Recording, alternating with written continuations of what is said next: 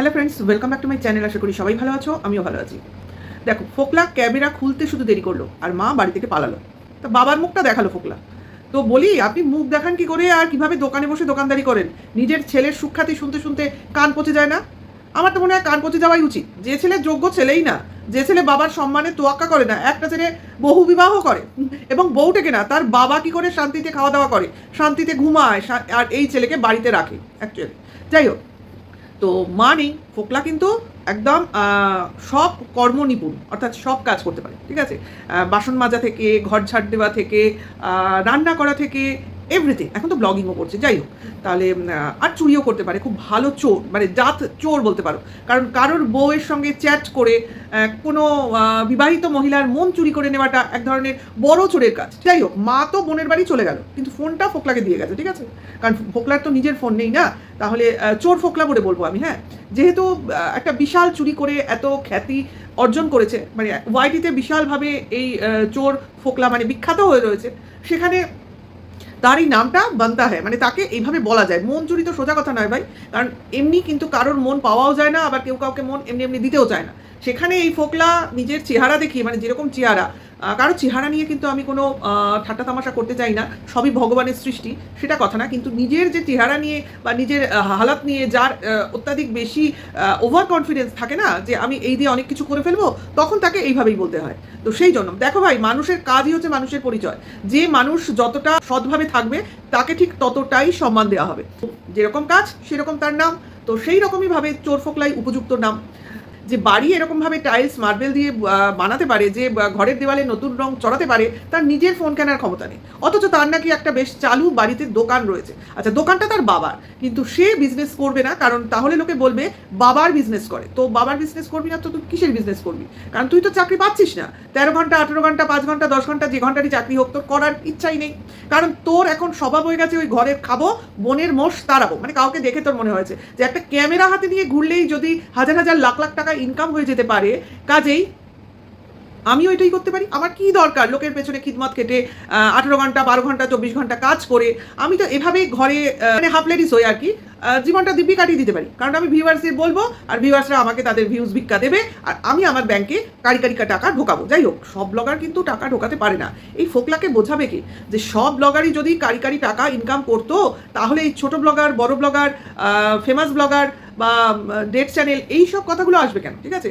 তো এই ফোকলাকে কে যে বলেছে যে সব চ্যানেল হোল্ডারই হাজার হাজার লাখ লাখ টাকা ইনকাম করে? ফোকলার হিসাব মতো বছরে লাখ টাকা, 50,000 টাকা ইনকাম করলেই ফোকলার হয়ে যাবে। মানে এটা ওর কাছে অনেক। যে কিনা আগে মান্থলি 50,000 টাকা ইনকাম করতো, বলেছে না আমাদের যে আমি একটা আইফোনের সমান টাকা ইনকাম করতাম, মানে আমার মাসে একটা আইফোন আমি কিনতে পারবো, এরকম টাকা রোজগার করতাম। সে কিনা এখন বছরে 50,000-এর কথা বলছে। না, নিজের কাজে লাগাবার জন্য বলেনি, কারণ তার অনেক আছে। কি আছে না, বাবার দোকান আছে, তো সেই দোকান থেকে অন্তত খাওয়া খরচটা তো উঠে যায়। আর বাদ বাকি জামা কাপড় কেউ পয়লা বৈশাখে দেবে, কেউ পূজাতে দেবে, কেউ হয়তো ভিক্ষা চাইলেও দিতে পারে যে আমার জামা নেই, যদি জামা দেন ভালো হয়। তো এরকমভাবেও তো অনেকে দেয়, প্রথম প্রথম সবাই দেয়, কিন্তু তারপরে যদি ভিক্ষাবৃত্তিটা তোমার হ্যাবিট হয়ে যায়, তাহলে আবার দেবে না। যাই হোক, সেই কারণে ওইগুলো তো জোগাড় হয়েই যাবে। এবার বাদ বাকি যে শখ আহ্লাদগুলো আছে, যেমন তোমার মনে করো বাইকের পেট্রোল, কোথাও যেতে গেলে তো বাইকে করে যেতে হবে, তখন আমি পেট্রোলটা কী করে, ডিজেল বা পেট্রোল যাই বলো না কেন, সেটা কিনতেও তো টাকা লাগবে। তারপর মনে করো যদি নিজের কিছু শখ আহ্লাদ থাকে, সেটা কিনতেও টাকা লাগবে। বিশেষ করে এখন নিজস্ব মোবাইল নেই, সেই মোবাইল কিনতেও কিছুটা টাকা লাগবে। কাজেই আমার এই খরচগুলো এখন জোগাড় করতে গেলে আমার টাকা লাগবে, কিন্তু আমার চাকরি জুটছে না, কারণ আমি অনেক ইন্টারভিউ দিচ্ছি, কিন্তু চাকরি হচ্ছে না। তার মধ্যে আমি কিছু অজুহাত দিতেও শিখে গেছি, কারণ আমার ভিউয়ার্সরা, দুটো ভিডিও দিয়ে ভিউয়ার্স হয়ে গেছে আর কি।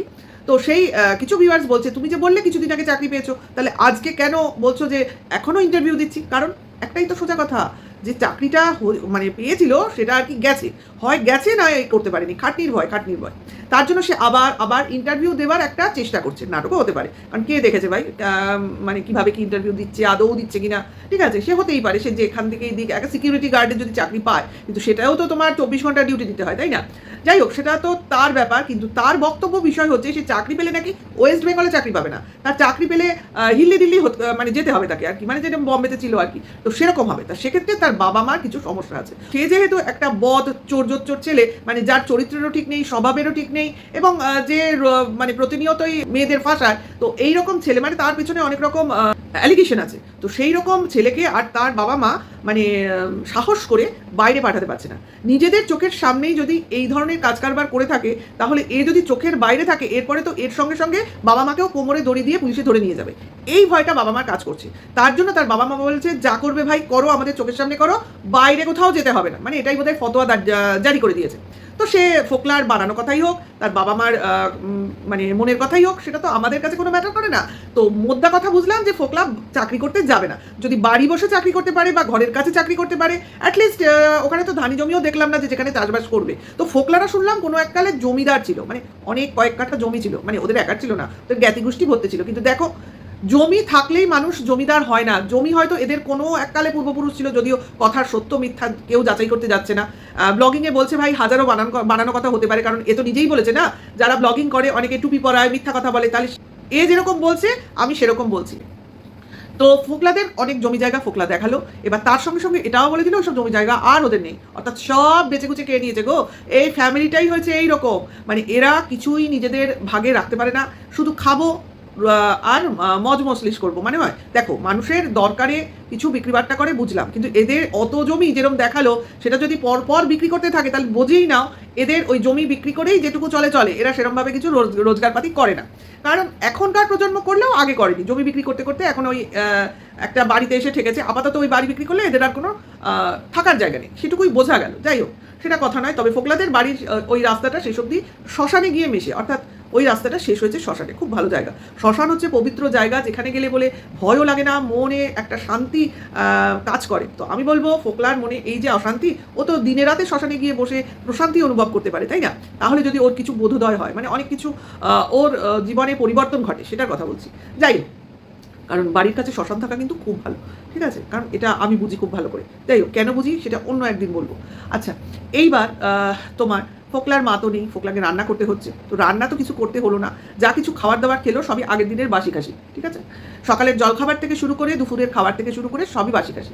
তবে ফোকলার কতগুলো গুণ দেখতে পাচ্ছি, মানে ও একাধারে ব্লগার হবে, একাধারে কন্ট্রোভার্সি ক্রিয়েটার হবে, একাধারে দোকানদার হবে, একাধারে ক্যামেরাম্যান হবে, একাধারে রাঁধুনি হবে, অর্থাৎ রান্নাও জানে, ঠিক আছে? এবার ঘর মোছা বাসন মাজা, তা এইখান থেকে বলতেই পারি যে ফোকলার এত টাকার চিন্তা কিসে? কোথাও কোনো চাকরি না পেলেও শহরে যদি রাঁধুনির কাজটাও নেয়, তাহলে তো ইজিলি রান্না করতে পারবে। কি ঘর মোছা বাসন মাজা অনেকে মেল মেডও নেয়, তবে সেই বাড়িতে কোনো মহিলা থাকা চলবে না, তাহলে কিন্তু এই ফোকলাকে নেওয়া বিপজ্জনক। মানে এই ফোকলাকে সবাই চিনে রাখুন, যে বাড়িতে বা যে অফিসে কাজ করতে যাবে সেখানে যেন কোনো ফিমেল কর্মচারী না থাকে বা ফিমেল মেম্বার না থাকে, তাহলেই এ ফাঁসাবার চেষ্টা করবে, যদি তাকে ফাঁসানো যায়। কারণ এর তো অন্যের ঘাড়ি বন্দুক রেখে খাওয়ার আর কি একটা টেন্ডেন্সি হয়ে গেছে, ঠিক আছে? তার জন্যই কেউ টেকেনি আর কি, তা টিকবেও না। কারণ এর সঙ্গে যারাই থেকেছে তারাই মোটামুটি মানে কি বলবো, পালিয়ে বেঁচেছে, ঠিক আছে? একজন তো বন্ধুত্ব করতে এসে ভাবলো যে এ হয়তো এত ভালো ভালো কথা শুনিয়েছে, না জানি কত ভালো। এটাই সব থেকে বড় অভিজ্ঞতা হয়েছে টিনা, যে ভালো কথা বললেই মানুষ ভালো মনের মানুষ হয় না। মানে সব চকচকে জিনিসই যেমন হিরে হয় না, সেই রকম সব ভালো কথা বলা লোকজন কিন্তু ভালো মনের মানুষ হয় না। আসলে যারা মুখে সবসময় মিষ্টি কথা বলে না, তোমার কোনো কিছুই ভুল দেখে না প্রথম তাহলে জানবে যে তোমাকে তেল দিচ্ছে, ঠিক আছে? সেই তেল দেওয়ার কারণেই তোমাকে সঙ্গে রাখতে চাইছে এবং তোমাকে মাঙিয়ে খেতে চাইছে। তো সেটাই সে করতে চাইছিল, কিন্তু ক্রমশ দেখলেও পুরোটা ট্যাকেল করা মুশকিল। হ্যাঁ, কারণ মানুষকে যদি আমি সবসময় ভাবি যে এর থেকে শুধু নেব, কিছু দেবো না, আর একে সবসময় ইউজ করবো, তো সেও কোনো না কোনো সময় ব্যাপারটা বুঝতে পারবে। তো সেই জায়গা থেকেই প্রবলেম হয়েছে। দেখো, সেই প্রবলেমের আজকে রেজাল্ট উপস্থিত, এদের মধ্যে ডিভিশন হয়ে গেছে, আর সেটাই ফোকলা সহ্য করতে পারছে না, এবং প্রতিদিন ব্লগিংয়ে এসে এই খোঁচাটাও প্রতিদিনই মারবে। যেমন চ্যানেল নিয়ে খোঁচা মারলো, যে একটা 29,000-এর চ্যানেল পড়ে রয়েছে, কিছু করতে পারছে না। আরে তোর চ্যানেল, তুই কষ্ট করে 29,000 সাবস্ক্রাইবার জোগাড় করেছিস, তোর বাপের জন্মে হবে? হ্যাঁ, হাজার করেছিস, দেখ কত দূর যেতে পারে। ওই যে জিউ পিউ ও করেছিল, ওরও ভিউজ হচ্ছিল, কিন্তু কত দূর এগোতে পেরেছে? কারোর বেশি দূর এগোতে গেলে তোদের বড় ব্লগারদের মুখ বেচে, নাম বেচে, কন্ট্রোভার্সি বেচেই তোদের এগোতে হবে। সেটা যতদিন তোরা পারবি, যতদিন ভিউয়ার্সদের খাওয়াতে পারবি, বা তুই কি বলছিস, আসল ঘটনা কি আছে, এই খিদেটা যতক্ষণ মানুষের থাকবে ততক্ষণই মানুষ তোকে ভিউজ দেবে, ঠিক আছে? যেমন আমরা তোকে দেখছি, এতে তো তুই ভিউজ পাচ্ছিস, তার জন্যই তোর সাবস্ক্রাইবারও হচ্ছে, ভিউজও হচ্ছে। তা সেটা তো বড় কথা না, কথাটা হচ্ছে কতদিন এটা কার্যকরী হবে, তাই না? এক তো তোর ভিডিওতে আমার যা দেখছি তাতে কন্ট্রোভার্সির ছোঁয়া থাকছে, ব্লগিং সেরকম চকচকে নয়, ক্যামেরা কোয়ালিটি একদমই ভালো না। দেখ কতদূর তুই এগোতে পারিস, কারণ মনিটাইজেশন হওয়াটা কিন্তু একটা বড় ব্যাপার, এইবার সেইটা পুরোপুরি ফুলফিল হয়ে সব কিছু মিটমাট হয়ে তারপর টাকা রোজগারের প্রসঙ্গটা আসে, ঠিক আছে? এখন তুই যাই রোজগার করছিস কোনোটাই তোর টাকার আকারে তোর কাছে আসবে না। আগে তো মনিটাইজেশনটা অন হোক, দেন তারপর থেকে যা তুই দেখাতে চাইবি দেখ, তখন তোর ভিউজ কী হয়, তারপরে তোর টাকা রোজগারের ব্যাপারটা তুই চিন্তা করবি। ফার্স্ট ডে থেকে কিন্তু টাকা রোজগার হবে না, যেটা তুই এখনও জানিস না আমার জানা নেই, 1.5 বছর থেকে তো জেনে যাওয়াটা উচিত ছিল। যাই হোক, একটা নতুন কথা শুনলাম, এ নাকি সমাজ সেবা করতে এসছে, অর্থাৎ দুস্থদের পাশে দাঁড়াবে, যারা খেতে পায় না তাদের খাবার দেবে, যারা জামা কাপড় পায় না তাদের জামা কাপড় দেবে, মানে এনজিও টাইপ কাজ করবে, ঠিক আছে? ভাবো, তার মানে বিভিন্ন ফ্যামিলিতে এ যাওয়া আসা করবে, মানে কিছু দিতে গেলে তো সেখানে যেতে হবে, তার মানেটা কি? এ যেমন ইউটিউব থেকে এইসব বলে ভিউজ টেনে ইনকাম করার একটা প্রবণতা দেখাচ্ছে, ঠিক সেরকমভাবে লোকের বাড়ি বাড়ি গিয়েও সেবা শুশ্রূষা করতে চাইছে। তার মানেটা কি? এর দৃষ্টিটা থাকছে বিভিন্ন ফ্যামিলির ওপর, পরিবারের ওপর। এবার কোন পরিবার কতটা দুস্থ, এবার সেই পরিবারে তাদের হেল্প করতে এ যাবে, না সেই পরিবার থেকে সে হেল্প নেবে, এটা কিন্তু আমাদের ভাবনা চিন্তা করতে হবে। কারণ এ কিন্তু সমাজের একজন ভীষণ বিপজ্জনক একটা কীট। কারণ দেখো, যে মানে মানে ক্যারেক্টারটা নিয়ে আমি কথা বলছি, এই চোর ফোগলা, সে কিন্তু অ্যাকচুয়ালি একটা পরিবারের ক্ষতি করেছে। একটা সামগ্রিকভাবে দেখতে গেলে একটা পরিবারের ক্ষতি করেছে। সে বেচু যেমনই হোক, সেখানে সে যেভাবেই মানে নাটক অভিনয় করে তার বউকে নিয়ে থাকুক না কেন, সে ছিল। যতদিন ফোকলা তার লাইফে আসেনি সে ছিল, কিন্তু ফোকলা আসার পর সে তার ইগোতে লেগেছে, এবং সব থেকে বড় কথা, তার মাথায় ছিল পরকীয়াটা বেচবো, যেটা কিনা ম্যান্ডিকে দেখে তার মাথায় আগে থেকেই চলছিল।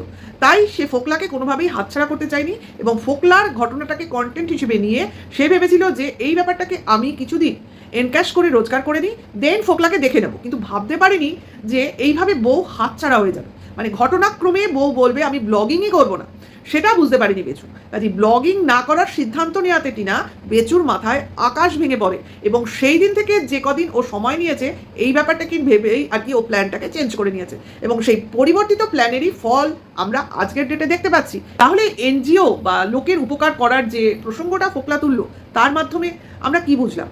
ওর কিন্তু লোভ ভেতর থেকে উপচে উপচে বেরোচ্ছে, অথচ বলছে আমি যা ইনকাম করব সবই তোমাদের বলবো, যদিও বলা যায় না, একটা আকৃতিতে বলবো, দেন আমি দেখাবো কিভাবে রোজগার করছি, কতটা রোজগার করছি। আচ্ছা, মানে ও নিজেকে এক কথার মানুষ হিসেবে প্রতিষ্ঠিত করতে চাইছে, সঙ্গে সৎ এবং একদম মানে অনেস্ট বলতে যেটা বোঝায়।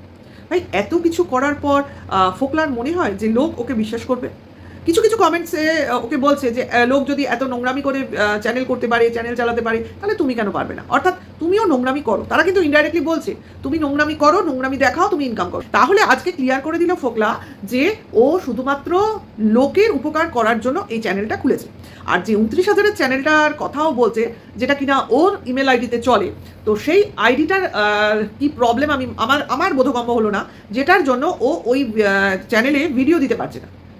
আচ্ছা, ওই চ্যানেলেও ভিডিও দিয়ে কিভাবে কি ইনকাম করবে আমার জানা নেই, না দেওয়ারই বা কারণ কি সেটাও জানা নেই, কারণ ওই চ্যানেলের অ্যাক্সেস ওর কাছেই আছে না, টিনার ভিডিও সেখানে কিছু আছে অলরেডি, সমস্ত কিছু ডিলিট করে দিয়েছে, ভিউজ পুরো জিরো, সেখানে কোনো কিছু প্রাইভেটও নেই, সব ডিলিট করে দিয়েছে, ঠিক আছে?